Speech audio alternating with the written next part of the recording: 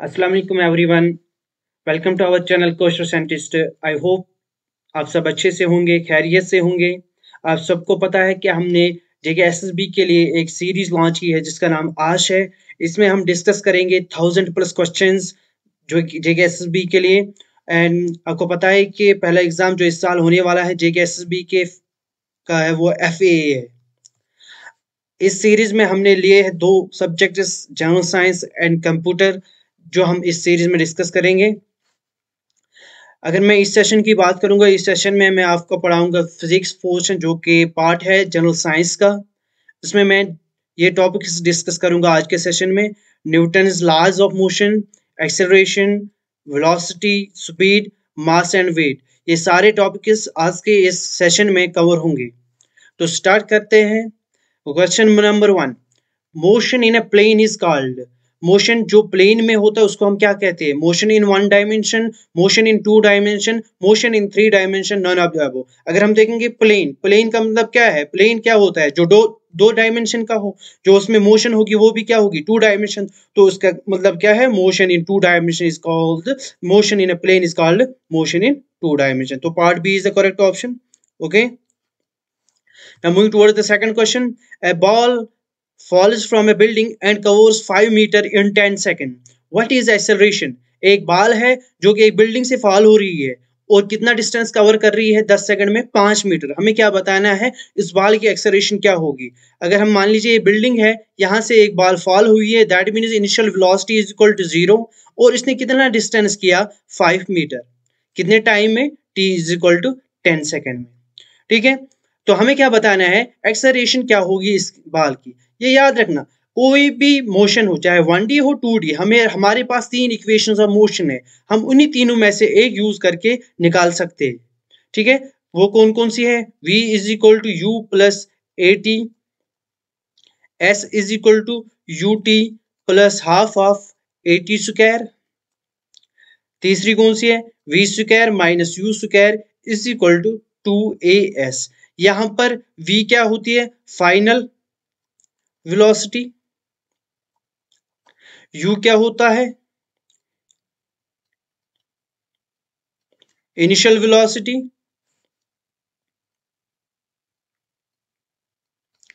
Initial velocity. और s क्या होता है? डिस्प्लेसमेंट।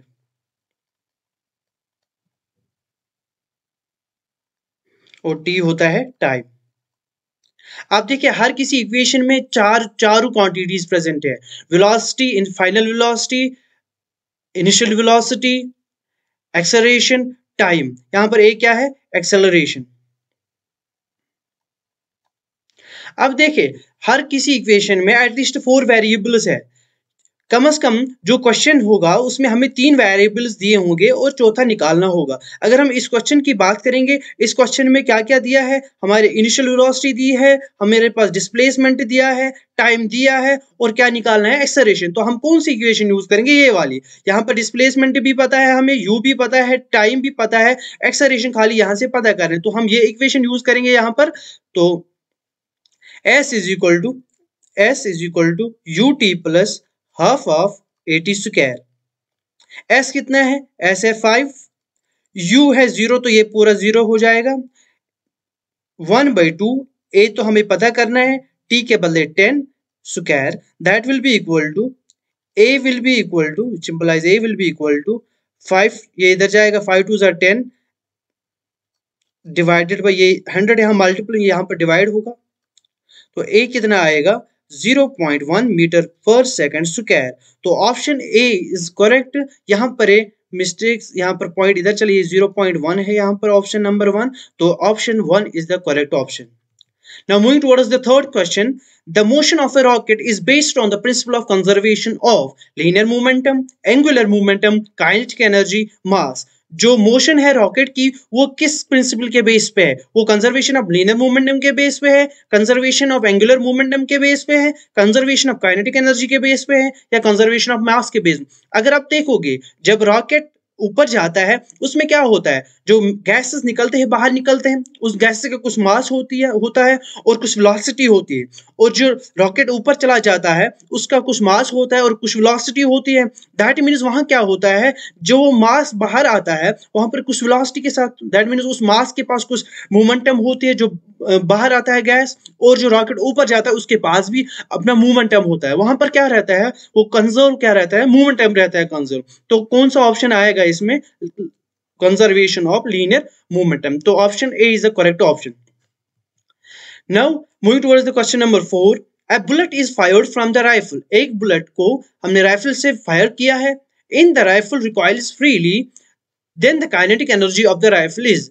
अगर ये राइफल फ्रीली रिकॉइल हो गई, हमें क्या बताना है कि जो काइनेटिक एनर्जी राइफल क्या होगी, क्या वो less than the kinetic energy of the bullet होगी, more than the kinetic energy of the bullet होगी, same as the kinetic energy of the bullet होगी, या equal or less than the kinetic energy of the bullet होगी। अगर हम देखें, हमें पता है कि जब गन से गोली निकलती है तो वेलोसिटी किसकी ज्यादा होती है। अगर हम देखेंगे जो बुलेट की स्पीड होती है वो बहुत ज्यादा होती है as compare to the recoil of the gun. तो उसका मतलब हमें पता है कि जो काइनेटिक एनर्जी है, काइनेटिक एनर्जी किसके बराबर होती है, 1/2 mv स्क्वायर। अगर हम देखेंगे यहां पर kinetic energy is directly proportional to the mass, but kinetic energy is directly proportional to the velocity square. That means जो काइनेटिक एनर्जी है यहां पर ये वेलोसिटी के स्क्वायर पे डिपेंड करता है।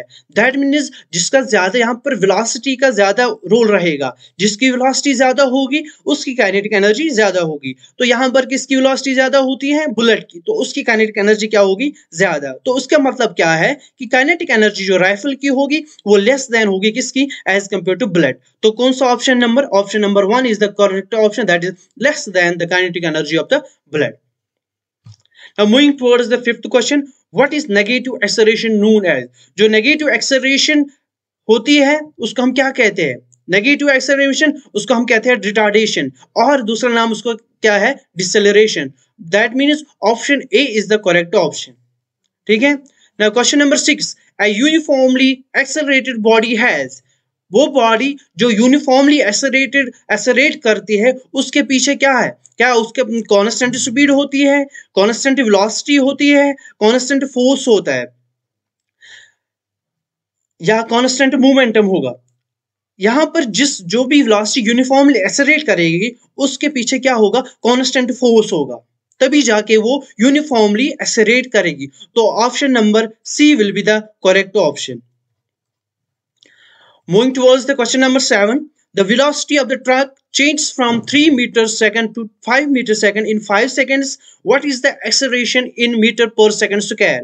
एक ट्रक की वेलोसिटी चेंज होती है कहां से कहां, इनिशियल वेलोसिटी इसकी 3 मीटर पर सेकंड है एंड फाइनल वेलोसिटी क्या है इसकी 5 मीटर पर सेकंड है, और ये वेलोसिटी चेंज करने में कितना टाइम लगता है, 5 सेकंड। यहां पर ट्रक थी पहले और इसकी इनिशियल व्यू कितना था, 3 मीटर पर सेकंड। v कितना था यहां पर, उसका v था इसका 5 मीटर पर सेकंड, और ये वेलोसिटी गेन करने में इसको कितना टाइम लगा, 5 सेकंड्स टाइम। हमें क्या बताना है, एक्सेलरेशन क्या होगी। देखो हम फिर यहां से कौन सी इक्वेशन यूज करेंगे, इक्वेशन ऑफ मोशन, इन तीनों में से कोई भी इक्वेशन यूज करेंगे यहां पर, लेकिन कौन करेंगे, यहां पर देखो हमें फाइनल वेलोसिटी पता है, इनिशियल वेलोसिटी पता है, टाइम पता है, हमें क्या निकालना है, एक्सेलरेशन हमें निकालनी है। तो हम पहले इक्वेशन यूज करेंगे, v is equal to u plus a t. यहां देखो हमें 3 वेरिएबल पता है, फाइनल वेलोसिटी क्या है 5, इनिशियल वेलोसिटी क्या है 3, एक्सेलरेशन तो हमें निकालनी है, और टाइम कितना है 5 सेकंड। तो ये यहां जाएगा minus, that means 5 minus 3 that will B 2 will be equal to a into 5, and which implies a will be equal to 2 by 5, therefore a will be equal to 0.4 meter per second square। तो यहां पर जो acceleration of इस जो truck की होगी वो कितनी होगी, 0.4 मीटर पर सेकंड स्क्वायर। तो कौन सा ऑप्शन आएगा, option A. Now moving towards the question number 8, the gradient of velocity versus time graph is equal to, gradient देखो ये वेलोसिटी टाइम ग्राफ है, अगर ये वेलोसिटी टाइम ग्रेडियंट, अगर हमें वेलोसिटी टाइम ग्राफ का वो क्या आएगा, dv बाई dt। इसका मतलब क्या है, rate of change of velocity with respect to time, that mean उसको हम क्या कहते हैं, एक्सेलरेशन। तो यहां से हम क्या कहेंगे, जो gradient of velocity versus time graph है वो किसके बराबर होता है, एक्सेलरेशन के बराबर। तो कौन सा ऑप्शन आएगा इसमें, option number 2 will be the correct option. Now moving towards another question, the gradient of displacement versus time graph is equal to, हमारे पास डिस्प्लेसमेंट एंड टाइम ग्राफ है और उसका ग्रेडियंट किसके बराबर आएगा, ds by dt। ds by dt इसका मतलब क्या है, rate of change of displacement with respect to time, उसको हम क्या कहते हैं, वेलोसिटी। तो इसका मतलब क्या है कि जो gradient of displacement versus time graph है वो किसके बराबर होगा, वेलोसिटी के बराबर। तो option A will be the correct option.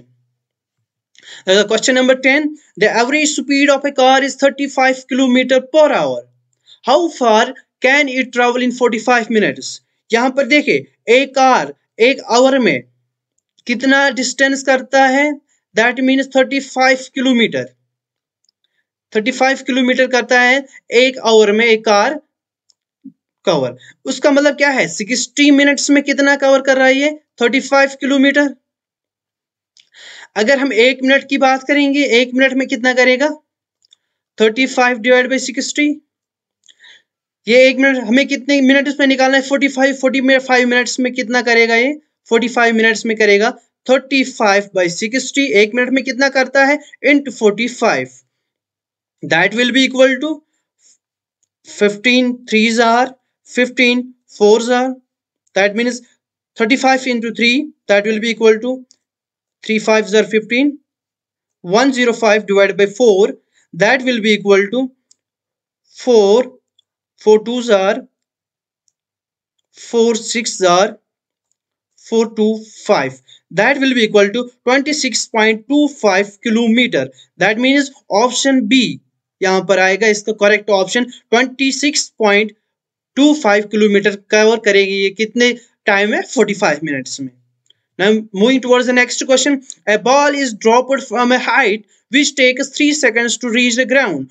What is the final speed of the ball just before it hits the ground? अब देखिए, एक बाल क्या होती है, हमने कुछ हाइट से इसको ड्रॉप किया, यहां से मान लीजिए हमने यहां से एक बाल को ड्रॉप किया कुछ हाइट से, हमें ये पता नहीं कितनी हाइट से किया उसको, जब हमने ड्रॉप किया दैट मींस इनिशियल वेलोसिटी हमें कुछ नहीं दी, इनिशियल वेलोसिटी इसकी 0 है, और इसको यहां तक कितना टाइम लगा, इसको t is equal to 3 second, और ये अंडर ग्रेविटी चल रही है, दैट मींस एक्सेलरेशन कितना लग रहा है इसको नीचे की तरफ से, 10 मीटर पर सेकेंड स्क्वायर। हमें क्या बताना है, final speed, that means v हमें बताना है। तो हमें यहां पर कौन सी इक्वेशन यूज करेंगे, v is equal to u plus at। यहां पर हमें v निकालना है, u पता है, एक्सेलरेशन भी पता है, टाइम भी पता है। u तो 0 है, ये 0 हो जाएगा। a कितना है, a है 10, और टाइम कितना है 3 second, that will be equal to v will be equal to 30 metre per second. जो यहाँ पर वेलोसिटी होगी जब ये ग्राउंड के नजदीक होगी, हिट करेगी, ग्राउंड किस वेलोसिटी से हिट करेगी इसमें, 30 मीटर पर सेकेंड से। That means option D will be the correct option. Now moving towards another question, Newton first law of motion describe, जो न्यूटन का फर्स्ट लॉ है वो क्या डिस्क्राइब करता है, हम इसको देखो, ये inertia, acceleration, momentum, none of the above. अगर हम देखेंगे न्यूटन फर्स्ट लॉ, हम उसको कहते हैं लॉ ऑफ इनर्शिया भी कहते हैं। तो यह क्या करता है, यहां पर डिस्क्राइब इनर्शिया करता है, ठीक है। तो option a, physical independence of force is consequence of, जो फिजिकल इंडिपेंडेंस है ऑफ फोर्सेस इज कौन सी है, किसकी consequence, Newton first law of motion, Newton second law of motion, Newton third law of motion, और none of the above. Newton first law of motion के consequence है। Question number 14 क्या कहता है, consider a particle moving in a straight line with constant velocity, which of these will not be affected if a force is applied to it. ये क्या कहता है, हमारे पास एक पार्टिकल है जो कि मूव कर रहा है एक स्ट्रेट लाइन में कांस्टेंट वेलोसिटी से, ये बोल रहा है कौन सा चीज इसमें इफेक्ट नहीं होगा अगर हम क्या करेंगे, इस पे एक्सटर्नल फोर्स क्या करेंगे, अप्लाई करेंगे। For a particle to move with a constant velocity, for it to increase its speed, for it to change its momentum, all of the above. यहाँ पर देखो effect खाली नहीं होगा, ये the particle will still move in the constant velocity. Okay. Now moving towards the question number 15, the mass of a body is 2 kg and it is moving on a horizontal surface with velocity 4 meter per second but comes to rest after 2 seconds. What will be the force applied to be applied? अब देखिए हमारे पास एक body है जिसका mass 2 kg है and ये velocity क्या है उसकी v is equal to 4 metre per second. पहले जब ये रेस्ट पे आती है दैट मीन्स जब ये इनिशियल वेलोसिटी इसकी थी 4 मीटर और फाइनल वेलोसिटी इसकी क्या है 0. टाइम कितने टाइम में रेस्ट पे आता है 2 सेकंड्स पे. हमें क्या बताना है फोर्स कितना लग रहा है इस पे. तो हमें F is equal to according to second law Newton second law F is equal to dp by dt. Rate of change of momentum with respect to time is equal to force that will be equal to, अगर हम देखेंगे for small time that means m dv by dt. देखिए मास कितना है 2 kg, change कितना आया velocity में 4 minus 0 that is 4. ठीक है, डिवाइडेड बाय टाइम, टाइम कितना लगा इसको, change in time 0 to 2 that is 2. 2 से 2 कैंसिल हो गया तो यहां पर फोर्स कितना लगेगा 4 newton. That means option 1 will be the correct option. Question number 16, dash is required to keep a body in motion. Motion, body को मोशन में रखने के लिए क्या चीज की जरूरत है, एक्सटर्नल वेलोसिटी की, एक्सटर्नल एक्सेलरेशन की, एक्सटर्नल फोर्स की या नन. देखो कोई भी बॉडी अगर हम चाहे कि ये बॉडी किस में रहे, मोशन में रहे, तो उसको हम क्या करेंगे एक्सटर्नल फोर्स अप्लाई करेंगे तभी जाके वो क्या रहेगी मोशन में. That means part C will be the correct option, that is external force.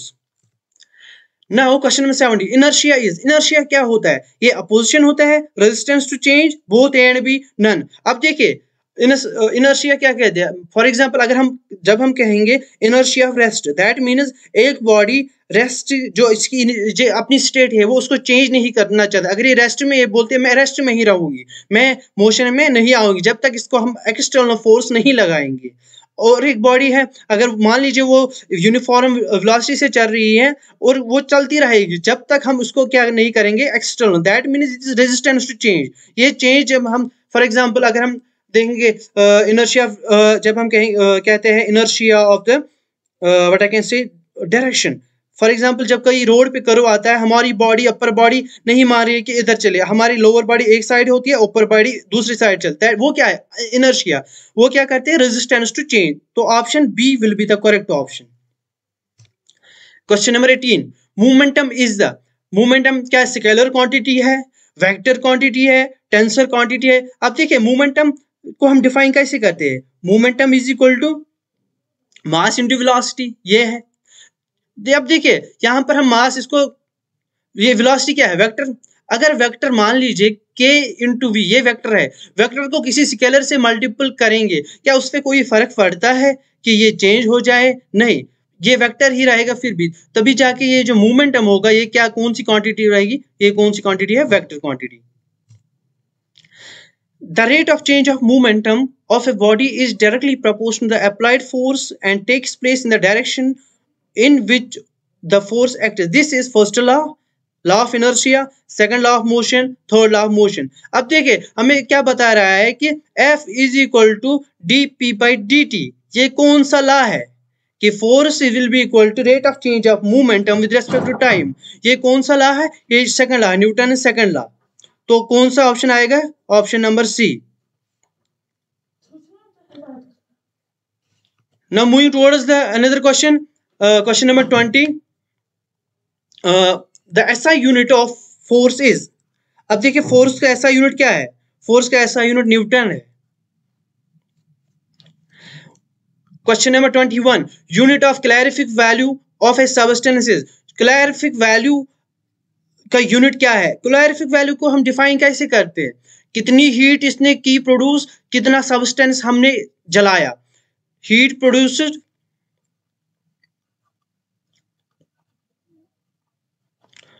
per unit substance, mass of substance,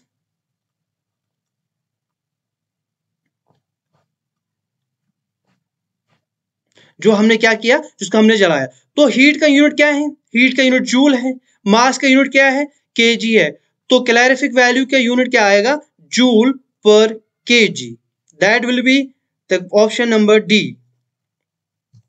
Now moving towards another question, question number 22. If the force is changing with respect to time, then we define, अगर force time with respect to time change हो रहा है तो हम क्या define करते हैं वहां पर, torque, impulse, both A and B, none। जो फोर्स चेंज होगा टाइम के साथ, ये याद रखना, उसको हम क्या कहते हैं, इम्पल्स कहते हैं। तो option number B will be the correct option. To every action there is an equal and opposite reaction. This is the first law, second law of motion, law of inertia, third law। ये सबको पता होता है, बच्चे को पता होता है कि ये कौन सा लॉ है, third law of motion। That means option D is the correct option।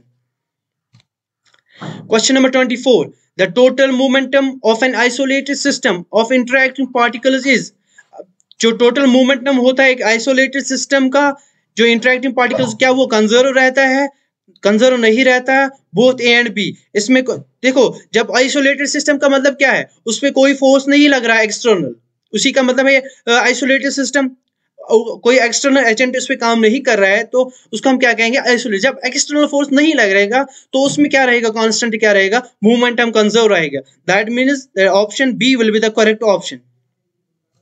Now moving towards the another question, the spring force is given by।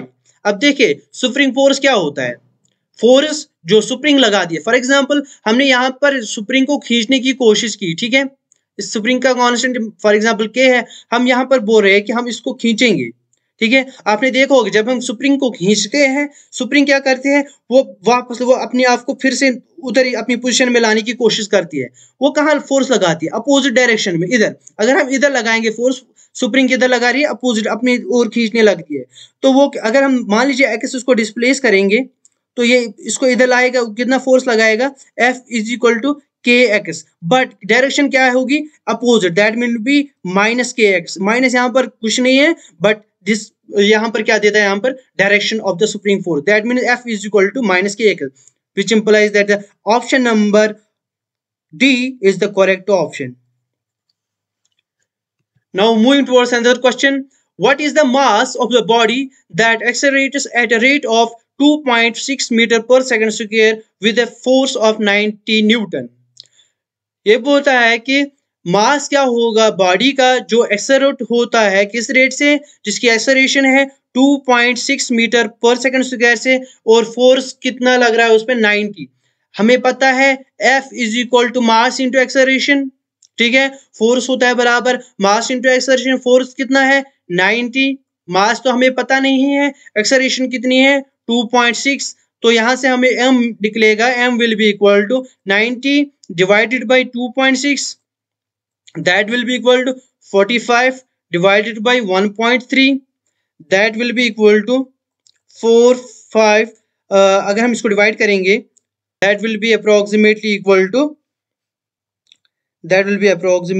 To,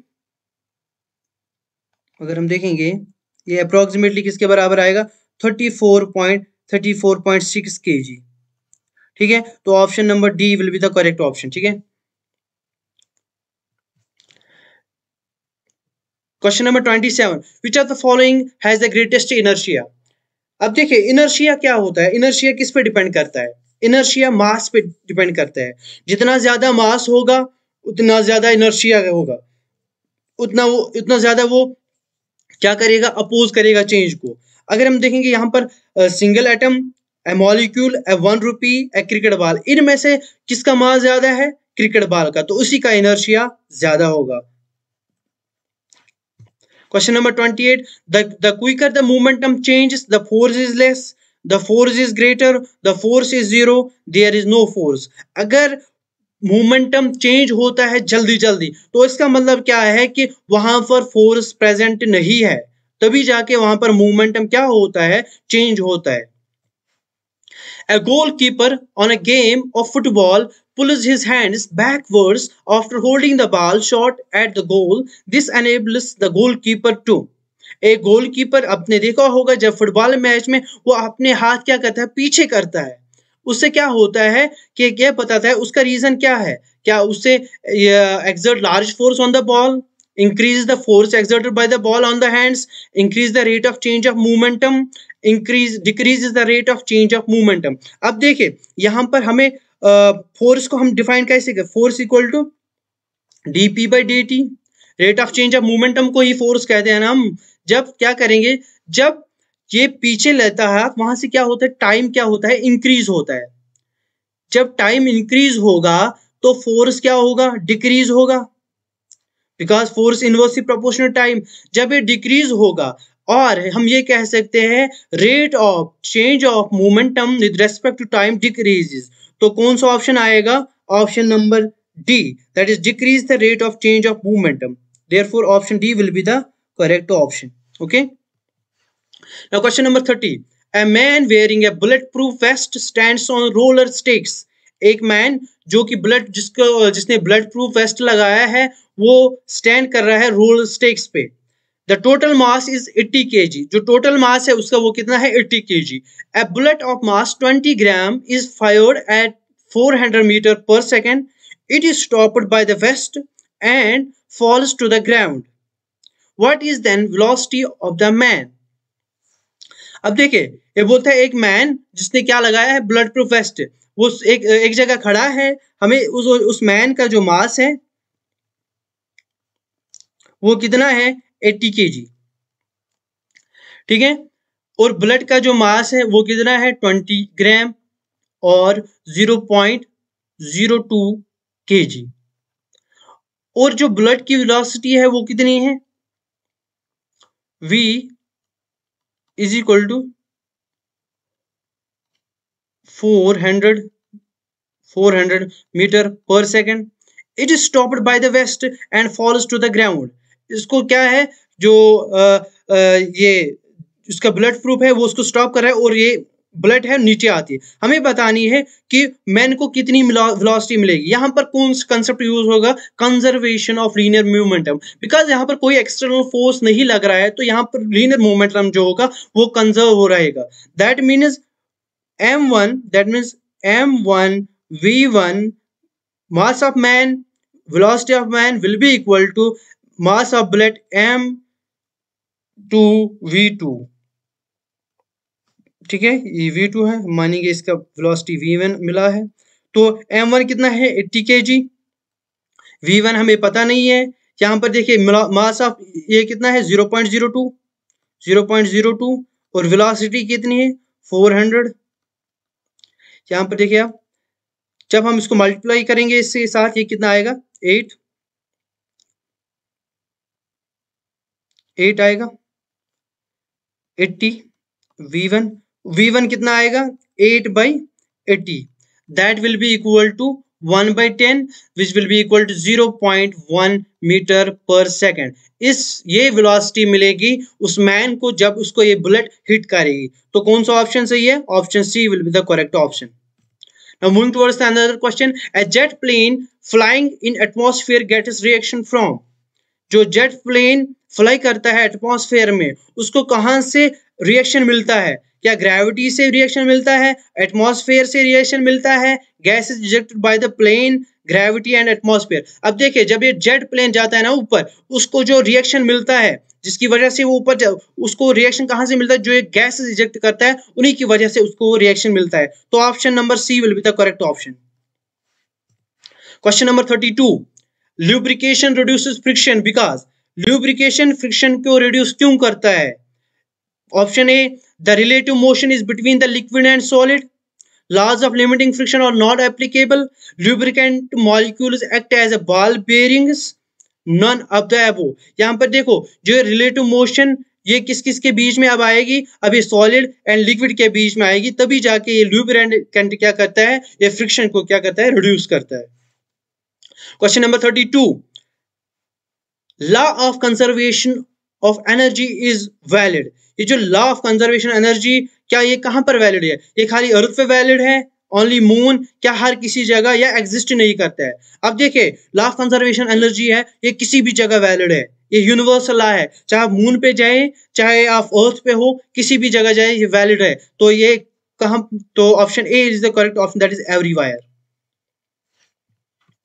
Now question number 34, kinetic energy can be changed to potential energy, electrical energy, sound energy, all of this. अगर हम देखेंगे किसी भी form energy को हम किसी भी में कन्वर्ट कर सकते हैं। यहाँ पर काइनेटिक को हम किस में कन्वर्ट कर सकते हैं? पोटेंशियल में भी कन्वर्ट कर सकते हैं, इलेक्ट्रिकल एनर्जी में भी कन्वर्ट कर सकते हैं, साउंड एनर्जी में भी कन्वर्ट कर सकते हैं, हर किसी एनर्जी में। तो यहाँ पर ऑल ऑफ दिस, किसी भी एनर्जी को हम किसी भी एनर्जी में कन्वर्ट कर सकते हैं, ठीक है। A horse pulls the cart, the force that makes the cart to move. जो हॉर्स पुल करता है किसको? कार्ट को, और वो मूव करता है, उसको कौन सा फोर्स उसमें मदद करता है मूव करने में? Applied by the ground on the horse, applied by the cart on the horse, both A and b are correct none of the above. अगर हम देखेंगे जो फोर्स ग्राउंड करता है अप्लाई किस पे? हॉर्स पे, उसी की वजह से वो क्या करता है, कार्ट जो है वो मूव करता है। Question number 36, the force between two charge bodies is called. दो चार्जेस, अगर यहां पर हमारे पास दो बॉडीज है, चार्ज बॉडीज है Q1 Q2, इनके बीच जो फोर्स होगा उसको हम कहते हैं electrostatic force. The force between two charge bodies is called electrostatic force. That is the option D will be the correct option. Question number 37, force acts on an object may change direction, shape, speed. अगर हम किसी भी object पे force लगाएंगे, क्या उसकी वजह से उसकी डायरेक्शन चेंज हो सकती है, उसकी शेप चेंज हो सकती है, स्पीड। अगर देखिए फोर्स लगाने से कोई कुछ भी चेंज हो सकता है, डायरेक्शन भी, शेप भी, स्पीड भी, तीनों चेंज हो सकते हैं अगर हम फोर्स लगाएंगे। तो यहां पर कौन सा ऑप्शन आएगा? All of the above.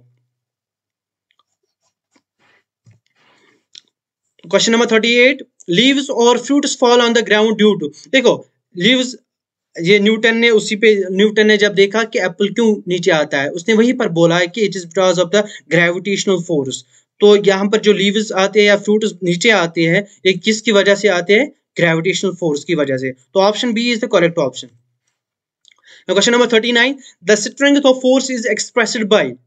जो स्ट्रेंथ ऑफ फोर्स वो किससे हम एक्सप्रेस करते हैं? वेट से, मास से, मैग्नीट्यूड से, लॉन्गिट्यूडनल फोर्स। अब देखिए हमारे पास फोर्स है, हमें बताएं अगर यहाँ पर एक फोर्स लग रहा है, यहाँ पर दूसरा फोर्स लग रहा है F1 F2, हमें स्ट्रेंथ बतानी। हमें यहाँ पर अगर इसका मैग्नीट्यूड 10 है, इसका मैग्नीट्यूड 20 है, हमें यहाँ से पता चलता है ये फोर्स ज्यादा ताकतवर है इससे। तो किससे पता चलता है कौन फोर्स कितना ज्यादा है? वो इसकी मैग्नीट्यूड से, इसका मैग्नीट्यूड कितना है। तो option c is the correct option.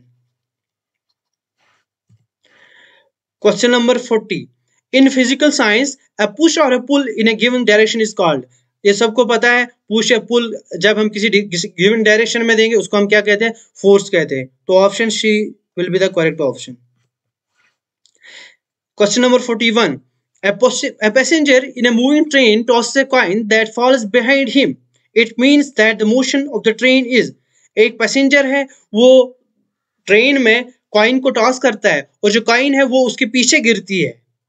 तो उसका मतलब क्या है? क्या ये ट्रेन यूनिफॉर्म वेलोसिटी से चल रही है? क्या ये एक्सेलरेट करती है? क्या ये डिसेलरेट करती है? या अलोंग सर्कुलर ट्रैक्स है? उसका ट्रेन एक्सेलरेट करती है। जब उसने छोड़ा तो उस टाइम उसकी वेलोसिटी कुछ थी। अगर ये यूनिफॉर्म वेलोसिटी से चलता तो उस कॉइन की वेलोसिटी सेम रहती, तो उसी वहीं पर उसके हाथ में गिरती। लेकिन यहाँ पर एक्सेलरेट करती है और मैन ट्रेन के साथ आगे चलता है और जो वो एयर में रहती है कॉइन वो पीछे गिरती है। उसका मतलब क्या है? यहाँ पर ये एक्सेलरेट करते हैं। Option B is the correct option.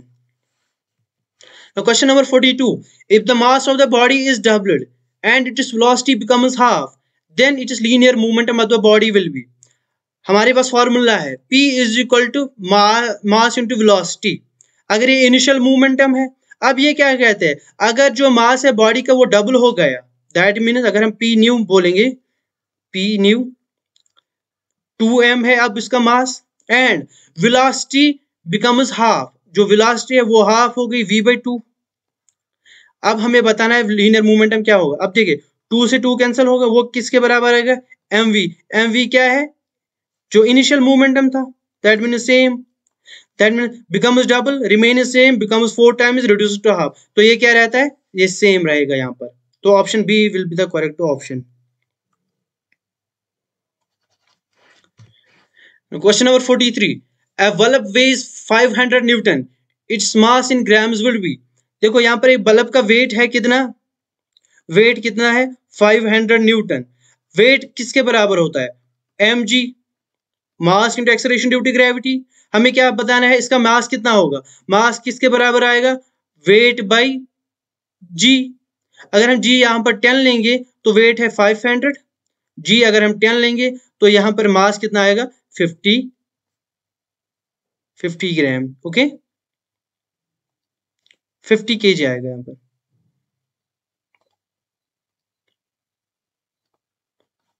ठीक है, तो option A is the correct option. Difference between mass and weight. अब देखिए मास एंड वेट में क्या डिफरेंस है। मास जो होती है वो quantity present in A object या किसी सबस्टेंस में कितनी क्वांटिटी प्रेजेंट है, और जो वेट होता है ये फोर्स है, एक टाइप का फोर्स है। तो इसमें कौन सा ऑप्शन आएगा, option c, mass is a quantity and weight is a force. Weight एक फोर्स है।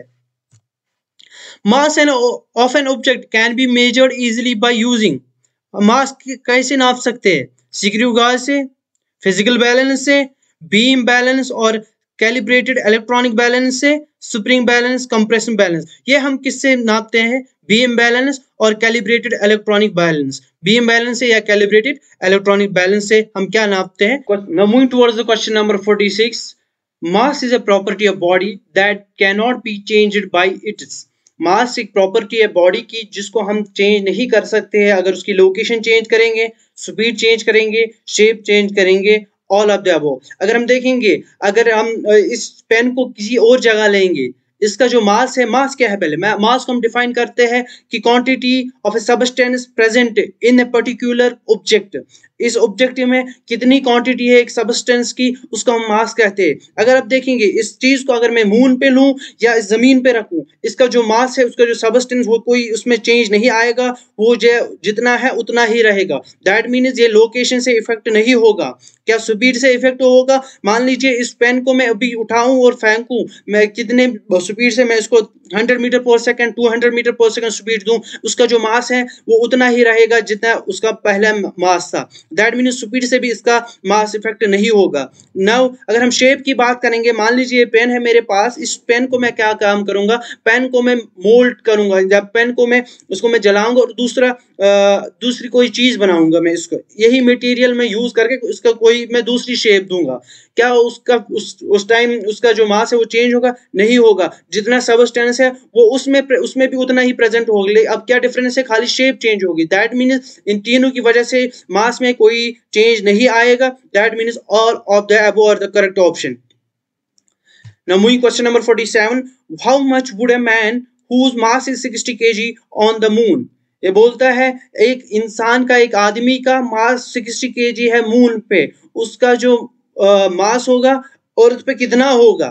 अब मैंने पहले ही बताया कि लोकेशन की वजह से मास में कोई चेंज नहीं आती है।